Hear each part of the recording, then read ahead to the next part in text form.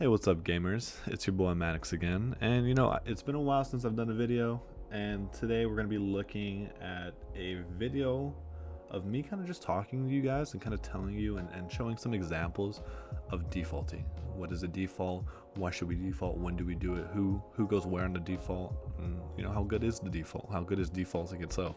I'm going to be talking about all these different questions that you might have, some basic questions you might have on the default, and hopefully explain it to you guys in a way so you guys can finally understand like what the default is, right, and be able to use that in your matchmaking games.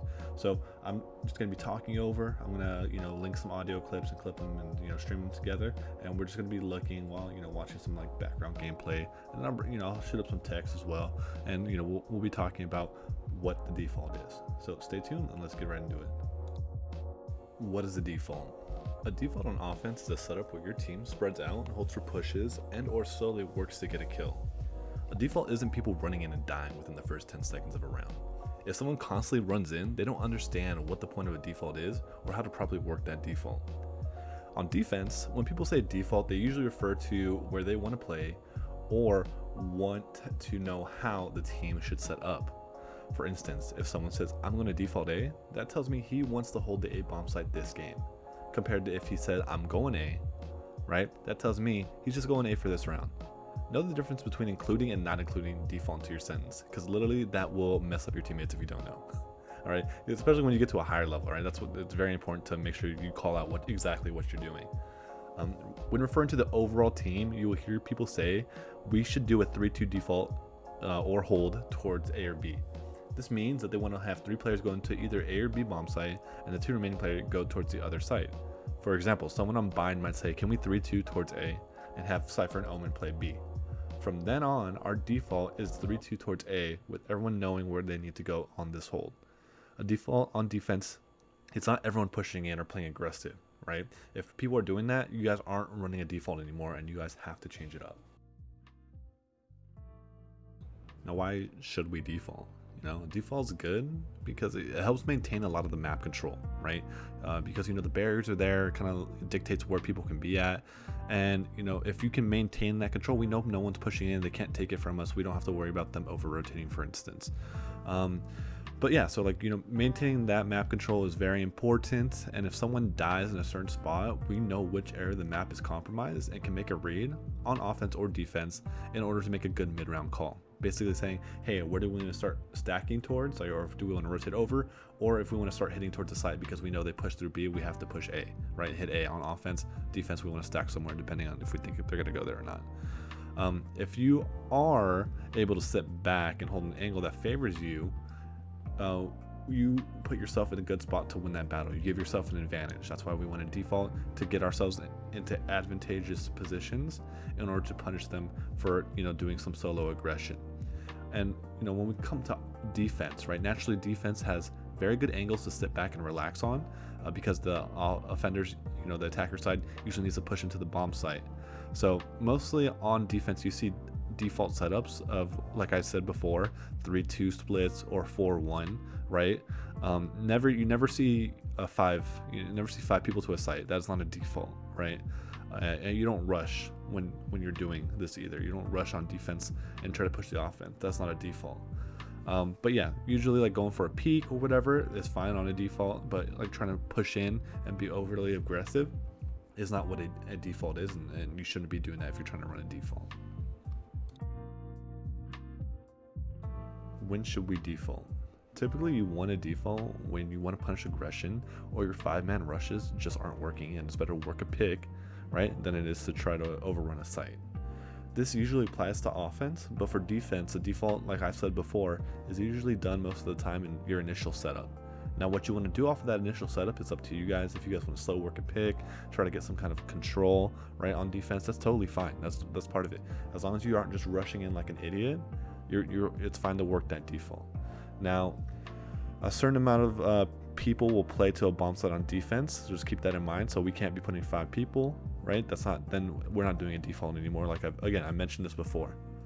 But just like on offense, defense is meant to spread the players out and punish anyone that tries to work on the opposing team by themselves, right? And that's how we punish them with this. who goes where on the default? Well, in matchmaking, you can just about send anyone anywhere for the most part, right? But there are some spots usually that people like to play. And when we are working in default, just make sure guys are spread out and work different parts of the map. The last thing we want is for a gap to be in our hold. Usually people will have preferences on which part of the map they would like to default on, so just keep that in mind. Make sure you ask around, hey, is everyone cool working in default? Where do you guys like to work? Blah, blah, blah. On teams, there are usual spots people would like to default to, like if you're playing on a structured competitive team, your IGL might, like for instance, put you on a default into a specific spot. You can always complain about it, but that's a story for a different time. So let me give you an example. A Cypher might want to work showers on bind on offense, since there could be used for their camera to clear out the angles there. But a Cypher could also work hookah or long B with his camera as well. So he's not limited to just working showers every round. There are also different spots with the default he can work out in case someone else isn't having a good time working different parts, right? It's also good to keep changing up where you default to, because it could help your team throw off the enemy, because if they think you're not working showers anymore, they might push it and they might run into someone else, blah, blah, blah.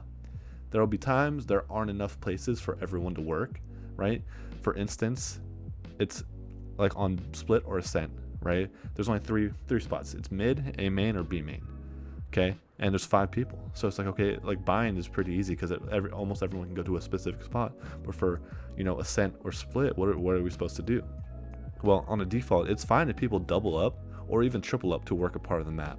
So for split or ascent, it's fine to put 3 people towards mid, right? We have 1 person hold the A push, 1 person hold the B push, 3 people work mid, okay?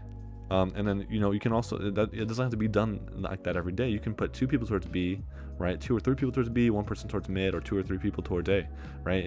It's not limited to just what I said right there. You can work a default every single way as long as all your bases are covered. The last thing we want is, like I said before, we don't want anyone getting behind our lines and flanking our teammates, because then we're just running a bad default.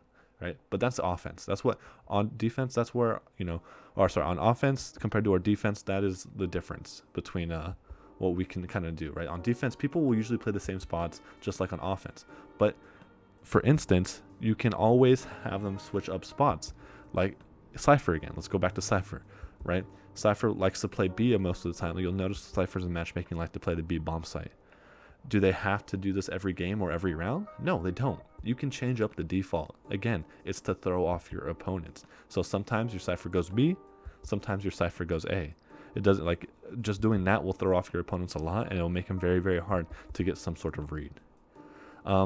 Because your opponents think that Cypher is B, they won't expect trips to be in certain spots if he plays A, and will more than likely get hit by them and provide your team or yourself a way to get those kills through smokes or cages.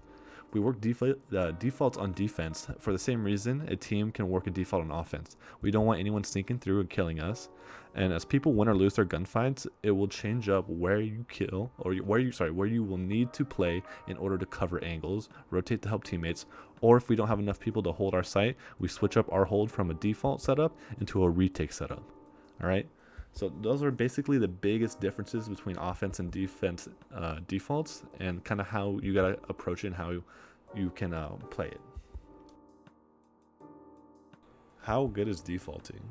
How much better is defaulting compared to just rushing the game, or how good is it to just holding back and playing super passive the entire time, right? So this is just going to be my personal opinion on it, guys. You don't take this to heart. This is just the way I view how the game needs to be played, or how the game is played, and how I kind of make my reads or make my calls when I'm trying to help people out or try to call something because my team might be a little bit lost, right? But so to me, just like Counter-Strike, this game is a game of rock, paper, scissors, right? This game and Counter-Strike, like the way we do this, right? Where aggression, the default, and passive holds counter each other in some way. It's not a perfect analogy because there's so many variables involved, but with a little bit of comprehension of the variables that are involved, as well as kind of knowing how the game is supposed to be played, you can kind of make a proper call based on it, right? So again, by no means is this perfect. So when I talk about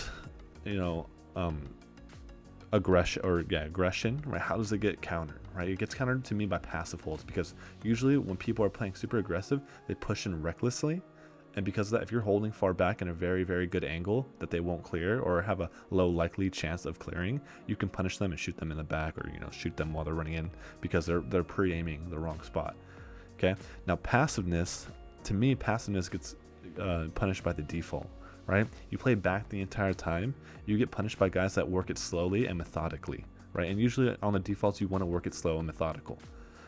Defaults, they won't overextend to you, right? And as soon as they do see some kind of contact, they're going to clear their angles and they'll fall back after that. And they'll usually be satisfied with whatever ground they can gain.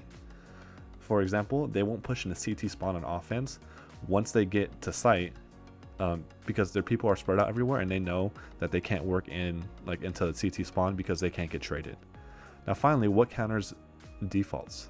And to me, what counters the default is aggression, but not your regular one-on-one aggression, because the default should punish that. To me, coordinated aggression, where we have 2 or 3 guys, or 2 or 3 plus more guys worth of util going to a specific spot in the map. For instance, on bind, we can be throwing stuff outside of showers to try to get outside of showers control by using stuff through the portal, like a Sova drone or a Sova dart, and then 2 or 3 guys flashing out of showers and pushing in and trying to take that fight. Now when a person's playing a default, again, they're going to usually be by themselves, or there's going to be another guy there.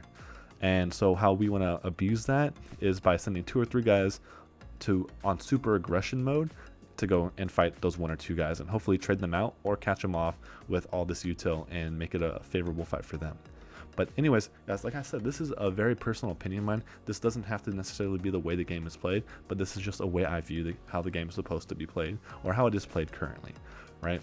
So this isn't a flawless analogy, and sometimes default holds can kill aggression, or default holds, other default types of holds, right, can punish that aggression as well, like on mid, on split or ascent, where there's 3 people there.